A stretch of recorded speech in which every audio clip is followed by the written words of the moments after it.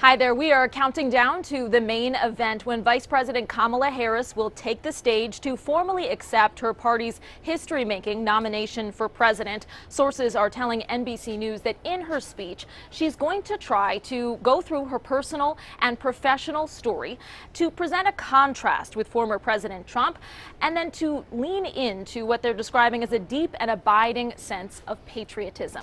That all follows her running mate, Minnesota Governor Tim Walz, doing the same, kind of introducing himself to the nation. He talked a lot about his personal story, having been a teacher and high school football coach. There were some of his former athletes that were actually here in the United Center, and he gave what amounted to a locker room pep talk. He talked about being down by a field goal, but going on offense and having the right team to carry this over the finish line in these final weeks and months before the election.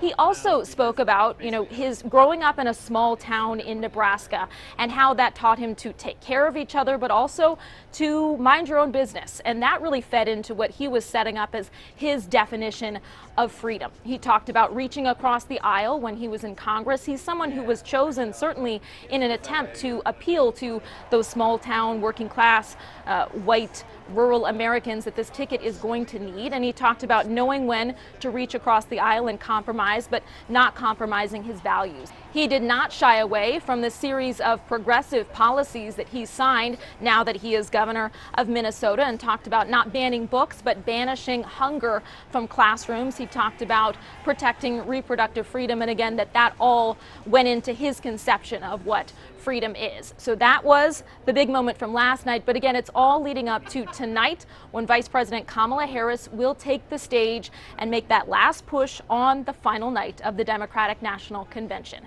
From the United Center in Chicago, I'm Alice Barr, NBC News.